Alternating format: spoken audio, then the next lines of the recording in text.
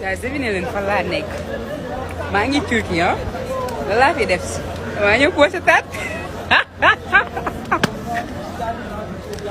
kon loolu mooy tendance kon loolu mooy tendance may ñëw posé sama waaye yow xoolal 10 kilos wang xoolal di dox naa nii doxee wet ba pare na xoolal di leen woon ay vidéo salle di def genre di squat mais ni comme si di def genre comme si que ne like